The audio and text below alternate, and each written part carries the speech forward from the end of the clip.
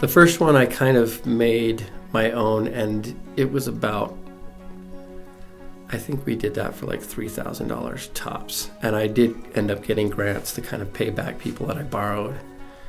And, but I borrowed money and I, out of pocket and stuff like that. But 3,000 is not, that's doable.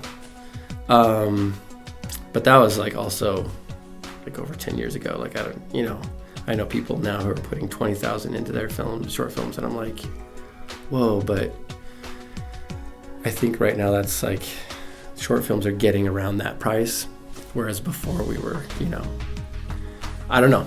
It's been a while since I made a short film, so I don't know. But that led me to get like a grant from BYU for my second one that I didn't have to pay anything.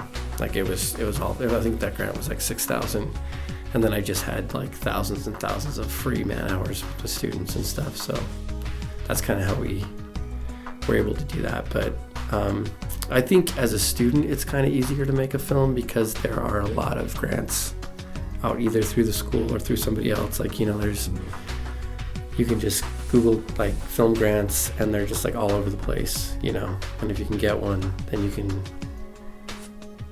get your film made. But yeah, it's tricky.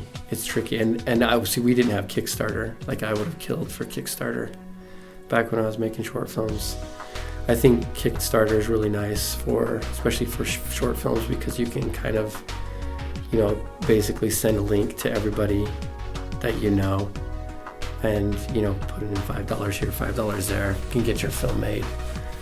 And then you have a great distribution process by like giving them the film digitally, It's not a lot of work, but it's also like people actually get to see the finished project, whereas that didn't, like, even when I was doing it, like this was like a little bit before YouTube.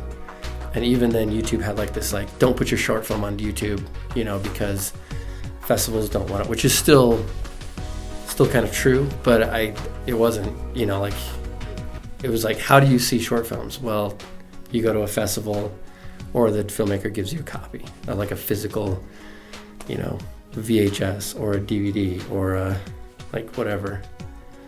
And so I think right now it's a lot easier. I think it's a lot easier. And I think we're seeing that with all the YouTube content that's getting better and better. And these are basically short films, right? Like people are making these little short films and they're putting it on there, and you're like, as the equipment's becoming cheaper and with like crowdfunding stuff and things like that, I think it's getting easier to make a short, at least.